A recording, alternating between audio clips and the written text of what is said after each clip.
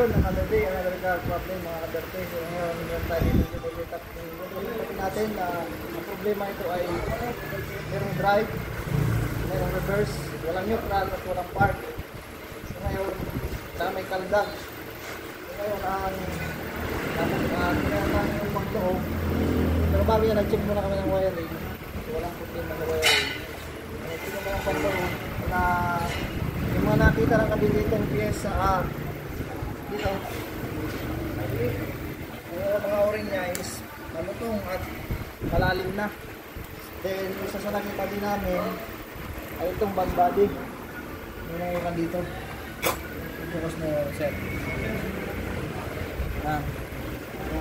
Kailangan ng check bull. So ano natin yan, papalitan. Then kung meron kayong ganitong model A5 FH1, comment naman kung meron kayo sa kailangan ng bag-body mga kaderte. Okay. Then shoutout nga pala sa mga tropa natin dyan, itong mga katulong natin si Julio Cardo, lahat ng technician dito sa Batong Buker. Shoutout.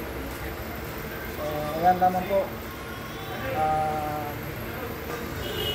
Kunting tulong lang po, paki-like and follow naman po like and share and follow naman po ng aming page RSG The Pure, and